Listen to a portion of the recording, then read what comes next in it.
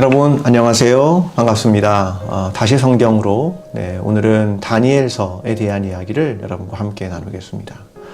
여러분도 알다시피 다니엘서는 대예언서 중에 하나입니다. 대예언서와 소예언서를 나누는 기준은 그 양입니다. 그러니까 긴 책을 보통 대예언서라고 이야기하고요. 그래서 이사야, 예레미야, 에스겔 그리고 다니엘을 보통 대예언서로 나누는 게 일반적입니다.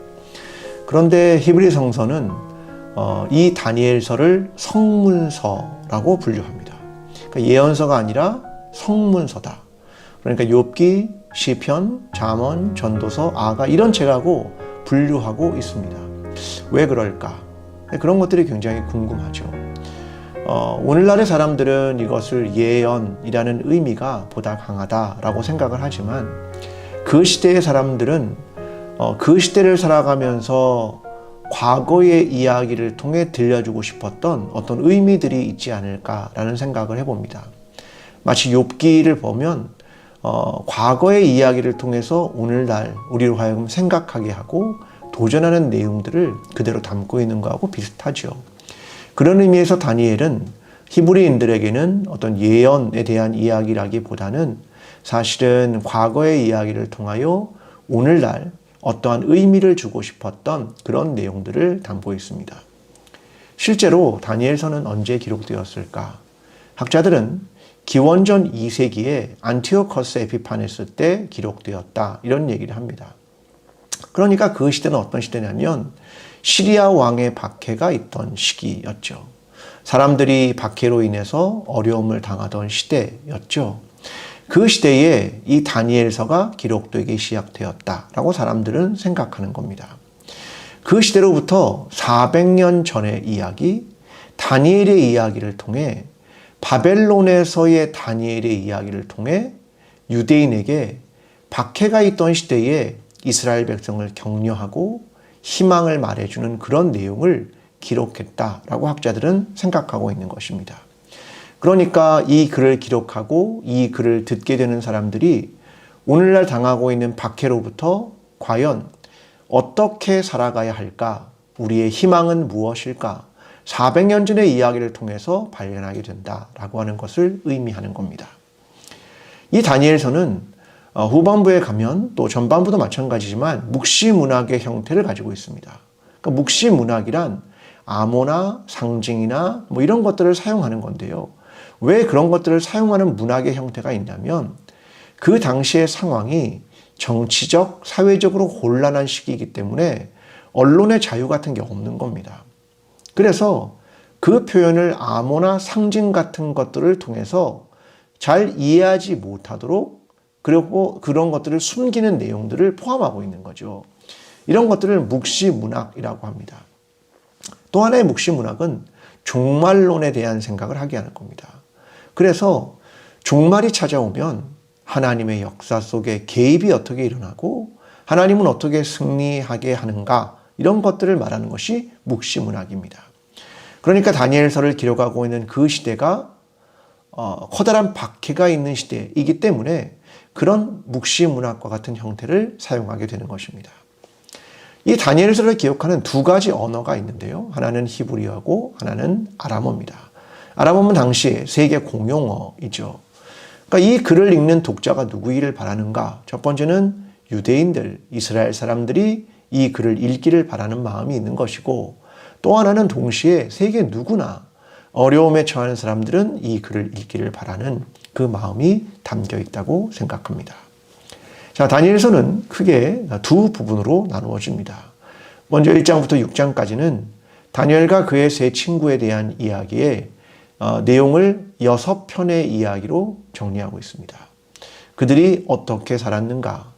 그들이 이방의 왕들, 그들과 어떤 관계를 맺고 이방의 왕들이 어떻게 돌아왔는가? 그런 내용을 담고 있습니다. 7장부터 12장까지의 내용은 다니엘이 본 4개의 묵시와 환상 그리고 제국의 박해에 대한 이야기를 다루고 있습니다. 이렇게 크게 두 부분으로 나누어집니다. 결국 다니엘서가 말하고자 하는 커다란 주제는 이런 거겠죠. 우리는 낯선 땅에서 어떻게 살아갈 것인가? 그러니까 오늘날을 살고 있는 제국 아래에서 살고 있는 우리는 어떻게 살아가야 할 것인가? 그것을 바벨론이라는 나라에서 살았던 이스라엘 사람들의 이야기를 통하여 들려주고 싶었던 것입니다. 그때 찾아오는 여러 가지 박해가 있고 어려움이 있다. 그런데 우리는 그 속에서 어떻게 그리스도인으로 살아가야 합니까? 이것을 말해주는 책이 바로 다니엘서입니다. 자, 먼저는 다니엘과 세 친구의 이야기죠. 그들의 하나님 앞에서의 결단과 믿음. 그들이 낯선 땅에 있지만, 이방의 땅에 있지만, 그들이 마음을 정하고 하나님의 법을 지키고 성실함을 지킨다 라고 하는 것을 보여줌으로써 낯선 땅에서 어떻게 살아가야 합니까? 그것에 대한 대답으로 처음을 시작하고 있습니다. 이어서 다니엘은 느부갓네살의 꿈에 대한 해석을 하죠. 하나님의 계획이 있습니다. 그 계획은 놀라운 것이고 그 계획은 온 세계에 관련된 것이고 하나님은 놀라운 능력을 통해서 이 일들을 이끌어 가시는 분이십니다. 이것을 보여주는 내용들이 여기에 등장합니다. 그런데 3장에 가면 금으로 만든 왕의 형상을 만들어 놓고 절을 하라고 하죠. 그런데 이를 거절합니다. 마치 신사참배나 이런 내용들하고 크게 다르진 않습니다. 악을 우리에게 종용한다. 그렇다면 어떻게 할 것인가? 우리는 거절한다. 분위기와 상황, 그것 때문에 악에게 따라가지 않는다. 악은 거절한다. 그리고 그들은 풀무불 속에 들어가죠. 세 친구는 거기에 들어가는데 거기에 제4인물이 등장합니다. 누굴까? 그 한 명은 누구였을까? 그 내용들은 결국 이런 걸 보여주고 있는 거죠. 하나님은 임마누엘의 하나님이십니다. 우리와 함께 동행하시는 하나님이십니다. 이것을 보여주고 있습니다. 너희에게 박해가 오느냐? 너희에게 어려움이 오느냐? 그때 너희는 과연 어떠하냐? 너는 그것에 대하여 악을 거절하고 용기 있게 대처할 때에 하나님은 너희와 함께 하십니다. 그것을 보여주는 거죠. 5장에 가면 왕궁의 벽에 글자가 새겨지는 내용이 등장합니다. 메네메네 데겔 우바르신. 왕을 저울에 달았는데 무게가 부족합니다. 그것을 의미하는 말이죠. 후대의 사람들에게 뭔가를 가르쳐주고 싶은 그 마음이 있는 겁니다. 과연 무엇이냐? 과연 하나님께서 원하는 것이 무엇이냐? 그것을 가르쳐주기를 원하겠죠. 결국 절하지 않은 다니엘을 죽이려는 음모를 펼치죠.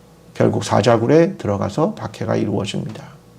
이를 통해서 왕이 하나님에 대해서 다시 생각하게 되면서 오늘날의 표현으로 하면 선교적 결과가 이루어진다라고 하는 것입니다.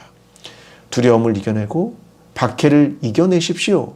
그러면 그때 하나님의 일하심이 있을 것이고 하나님의 선교가 이루어질 것이고 하나님은 이 일을 통해 승리하실 것입니다. 이것을 보여주고 있는 내용입니다. 이제 후반부를 구성하는 7장부터의 내용, 여기에는 묵시들이 등장하고요. 4개의 짐승, 또 수장과 수점소의 모양, 그런 것들이 등장을 하면서 그 시대의 나라들에 대한 힘, 그것들을 보여줍니다. 그러나 역사에서 결국 그들은 무너질 것이고 그들은 심판할 것입니다. 그런 것을 보여주는 내용들이 등장하고 있습니다. 9장에 가면 다니엘의 기도도 등장합니다.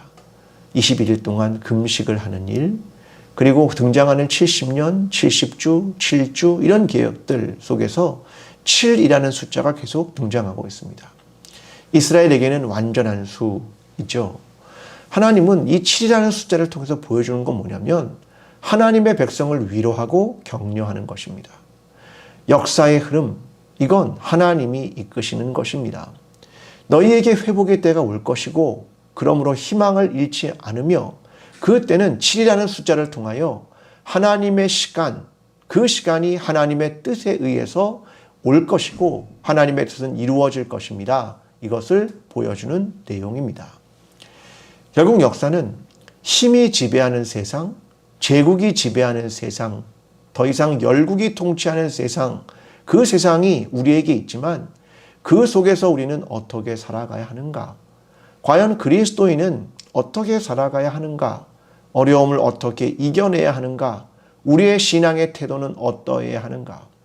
과연 그 안에서 만족하며 그 안에서 혹시 너무 조급하거나 하나님의 법을 떠나며 타협할 것인가? 아니면 믿음과 용기를 가지고 하나님의 법을 지켜 나아갈 것인가? 그것에 대해서 과연 낯선 땅에서 어떻게 살아가야 할 것인가? 그것에 대하여 희망을 잃지 않기를, 그리고 끊임없이 격려하는 책이 바로 다니엘서입니다. 오늘 우리는 역시 마찬가지입니다. 낯선 땅에서 살아가죠. 우리의 눈은 하늘을 보고 있지만 우리의 발은 땅에 붙어 있습니다. 그곳에서 때로는 당하는 박해, 어려움, 도전, 그래서 우리를 절망케 하는 일들이 많지만 끝까지 희망을 가지십시오. 하나님의 법을 끝까지 지키십시오. 그렇다면 하나님께서 도우실 것이고 구원하실 것이고 승리하실 것이고 우리와 임마누엘로 함께 하실 것입니다. 그것을 보여주는 이야기가 바로 다니엘의 이야기입니다. 저와 여러분의 신앙이 바로 그런 신앙으로 오늘 이 낯선 땅에서 하나님의 법, 그 법을 지키며 살아가는 저와 여러분의 신앙이 되기를 간절히 기도합니다. 감사합니다.